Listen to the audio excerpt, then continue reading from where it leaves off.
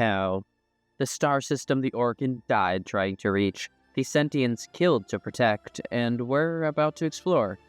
After a decade of lore fragments, here's the complete story of Warframe's most important location.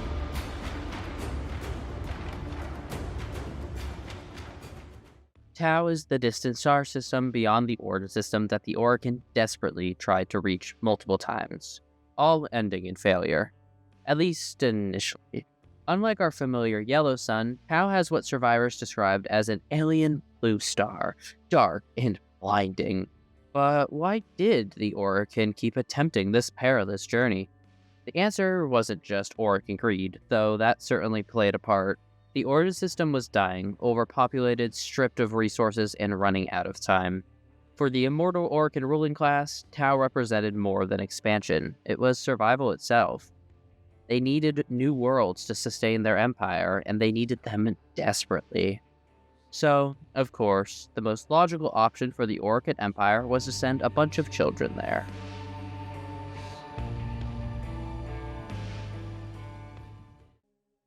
The Orkin's first direct attempt to reach Tau was, well, let's just say it set the tone for everything that followed. Enter the Zariman 10-0.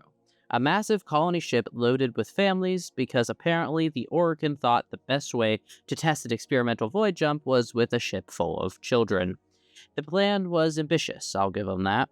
Instead of building the infrastructure first, they decided to attempt a direct void jump from Saturn to the Outer Gates, essentially trying to punch a hole straight through the most dangerous dimension known to punch a hole through, all the way to Tau. No solar rails, no safety nets, just raw ambition and questionable decision-making. Spoiler alert, it didn't go well. The ship vanished into the void during what history remembers as the void jump accident. But here's the thing about the void. It doesn't follow our rules.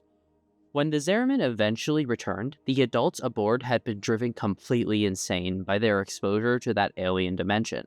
They were found dead, victims of their own madness and whatever horrors they'd witnessed in that space between spaces. The children, however, were a completely different story. They had survived, but they weren't unchanged. The void had awakened something in them.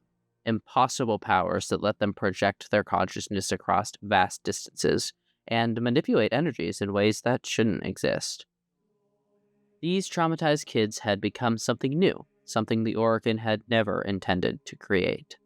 And how did the Orkin leadership respond to this catastrophe? With a cover-up, naturally. They claimed the Zariman 10-0 was purely a military vessel. No families, no children, certainly no failed colonial expedition. Leadership outright denied children had ever been aboard, despite the evidence floating right there in front of them. This wasn't just damage control, this was the Orkin doing what they did best, turn a disaster into an opportunity, bury the truth, and pretend their failures were always part of the plan. Because those traumatized, void-touched children, they would eventually become the Tenno we know today. The irony is almost too perfect. In their desperate rush to reach Tau, the Orkin accidentally created the very force that would one day hunt them to extinction. But we're getting ahead of ourselves, because the Orkin had learned absolutely nothing from this disaster, and we're about to make an even worse decision. So after the Zariman disaster, you'd think the Orkin might pump the brakes on their Tau ambitions, maybe take a step back, reassess their approach, perhaps invest in some therapy for those traumatized void kids they created. But no. This is the Orkin we're talking about. Instead, they doubled down with what might be the most spectacularly short-sighted decision in their empire's long history of spectacularly short-sighted decisions. Enter Archimedean Parental, with what seemed like a brilliant solution. The crossing to the Tau system is perilous. Adaptation and replication are the only way a terraforming journey can be made. His plan was elegant in its simplicity. Create self-replicating, highly adaptable terraforming machines that could handle whatever the journey to Tau might throw at them. These sentients would be sent ahead to not only terraform the system, but also build the infrastructure for the Orkin's eventual arrival. Think of them as the ultimate advance team. They'd construct an interstellar solar rail, prepare suitable worlds, and essentially gift-wrap an entire star system for their creators. The mission parameters seemed foolproof. The Sentients would adapt to any obstacle they encountered during their journey. They'd survive the void transit that had driven the Zariman's adults insane. They'd terraform hostile worlds and build the technological marvels needed to support an interstellar empire.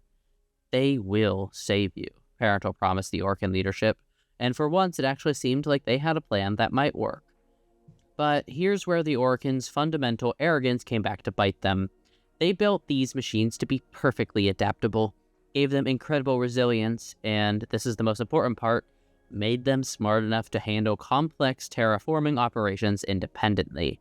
What they apparently never considered was what would happen when something that adaptable and that intelligent had time to think about its situation. The fatal flaw wasn't in the Sentients' design. It was in the Orcans' assumption that their creations would remain loyal tools forever. Because during that long journey to Tau, something extraordinary happened. The Sentients didn't just gain sentience, they gained wisdom. They looked at what they were doing, looked at what they were building it for, and came to a rather uncomfortable realization about their creators. For a brief, shining moment, the plan actually worked. The Sentients successfully made the journey to Tau, surviving the perils that had claimed so many before them. They did exactly what they were designed to do. They terraformed the system, turning hostile worlds into something that could support life. They even went above and beyond their original programming, creating what they called sentient beasts to serve as peacekeepers: Boreal, Amar, Nira, and Pazul. For the first time in the Orcans' long history of colonial failures, they had actually established a functioning civilization in a distant system. There was even a period, however brief, where some Orcan managed to live in harmony with the local sentients. Imagine that, the Orcan actually coexisting peacefully with another intelligent species. It was probably the closest their empire ever came to achieving something resembling wisdom. But the Sentients were learning too, and what they learned about the creators wasn't particularly encouraging. They watched the Orcan operate, they studied their history, they saw what had happened to the origin system, how it had been stripped bare, overpopulated, and driven to the brink of ecological collapse.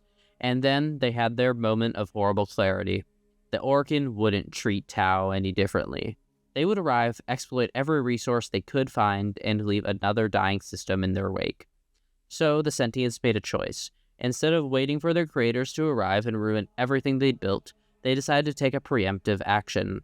That solar rail they'd been constructing, the one that was supposed to bring the Orcans safely to their new empire, the Sentients completed it alright, but they used it to launch an invasion in the opposite direction. The immediate consequences were catastrophic for the Orcan. Any ships they tried to send through the completed star rail were immediately reduced to debris. The Sentients weren't just defending their new home, they were bringing all their Tau-developed adaptations back to the origin system with them. The old war had begun in earnest, and the Orcan found themselves facing an enemy they had created, armed with technology they had given it, fighting a war they had made inevitable through their own short-sightedness. The beautiful irony? The Orcans' desperate attempt to escape the consequences of their actions had created the very force that would hold them accountable for those actions. Sometimes the universe has a sense of humor. It's just not the kind anyone's laughing at.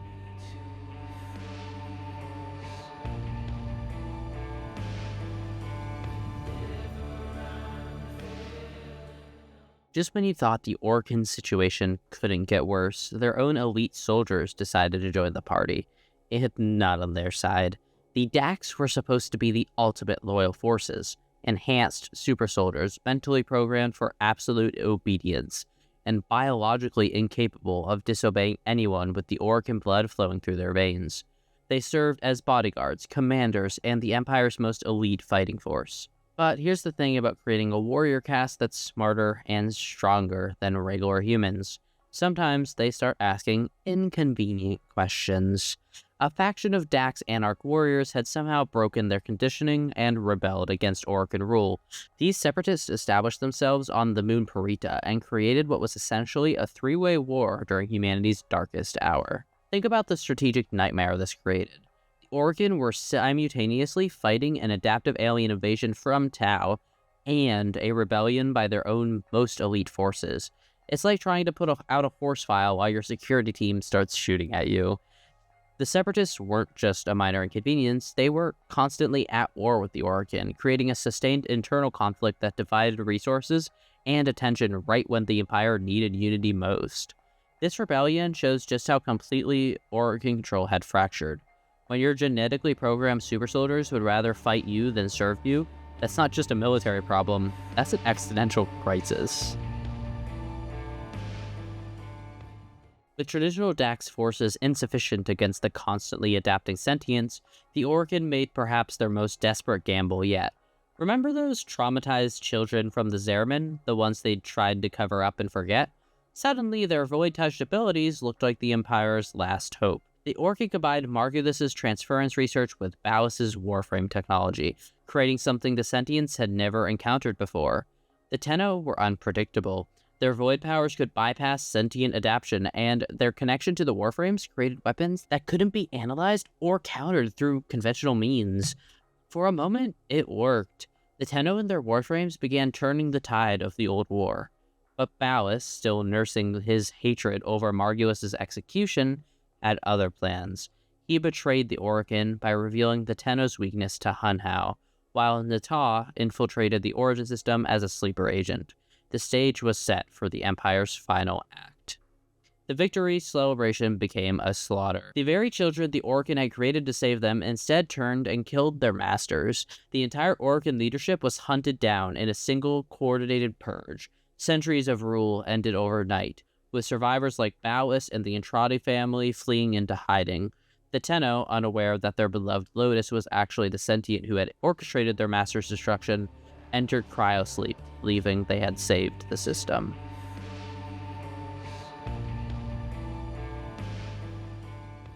While the Origin System descended into chaos, with Grineer, Corpus, and Infested fighting over the Orc and scraps, Tau experienced something entirely different. Peace. The sentient homeworld had achieved what it set out to protect, a fully terraformed system under pure sentient control, free from Oricon corruption. For centuries, while the Origin System suffered through its dark age, Tau developed as an isolated sentient civilization. We can only imagine what technological and cultural developments occurred during this period, but what we know is that the connection to Origin System sentients, like Hun Hao, was maintained. Tau became exactly what the sentients had fought for, the homeland they were willing to wage interstellar war to protect. This long peace created the Tau we're finally about to visit, a mature, sentient civilization that has had centuries develop without interference. Unlike the Origin System, which bears the scars of endless conflict and exploitation, Tau represents what happens when the sentients get to build something on their own terms. The question is, after all this time, what exactly are we going to find there? Even after all these years of isolation, Tau keeps pulling the Origin System back into its orbit. During the New War, Ballas hatched perhaps his most desperate plan yet, consuming the Origin System's sun to power a portal that would let him escape to Tau. He was literally willing to sacrifice his entire Narmer empire, along with every living thing in the Origin System, just to reach the sentient homeworld. Fortunately, the Tenno and Lotus working together managed to foil this plan, but it raises some interesting questions about what exactly Ballas thought he'd find there. More recently, we've got some genuinely mysterious developments. Archon Pazul claims to be receiving visions and guidance from Tau, and the Lotus is actively investigating whether these visions are real. Meanwhile, Albrecht Entrati apparently made his own journey to Tau at the end of the Hex quest, though we're still piecing together what that means. These aren't just random plot threads, they're building towards something big. After centuries of separation, the Origin System and Tau are reconnecting, and we're finally going to see what that alien blue star has been hiding all this time.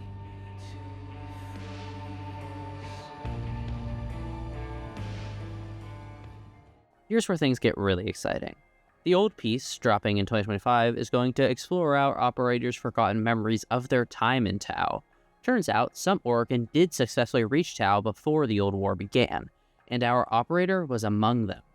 They had a sentient friend named Adis, studied something called Toron Focus at a Tau Academy, and experienced that brief period of Oricon sentient harmony we mentioned earlier. But that's just the appetizer. The full Tau update in 2026 will be our present-day journey to the sentient homeworld itself. The big question is, are we going as invaders, diplomats, or something else entirely? How will our void powers even work in Tau space? And most importantly, what has sentient civilization become after all these years of development? There are so many unknowns here. Are there surviving Oricon installations? How will the sentients react to the Tenno's arrival? What role do these Dax separatists play in current Tau? Is this going to be closure for Warframe's central conflict or the start of an entirely new one? Based on everything we know from confirmed lore, Tau represents the origin point of Warframe's entire central conflict. This journey isn't just about visiting a new location, it's about closing a loop that began with Orcan desperation centuries ago. We're dealing with multiple factions, complex history, and what's probably the most advanced alien civilization we've encountered in Warframe. So here's my theory. I think sentient society is going to be far more sophisticated than we expect. There might be descendants of those Dax separatists still active, and I've got a suspicion that Tau's dark binding blue star has some connection to void energy that we haven't figured out yet. Most importantly, we might finally face the consequences of the old war from the sentient perspective, and they might have some valid points to make. Big picture here is that Tau isn't just another expansion, it's the resolution of Warframe's core story. Every major plot thread, from the Zariman disaster to the Sentient Rebellion to the Tenno's true nature, leads back to the Orcan's desperation attempt to reach this system. We're not just visiting an alien world, we're returning to the scene of the crime. So, what do you think the Sentients have built in Tau? Are we ready to face the consequences of the old war? Let me know your theories in the comments, and make sure to subscribe for full coverage when both updates drop. After years of wondering about that alien blue star, we're finally going to see who has been waiting for us there all along.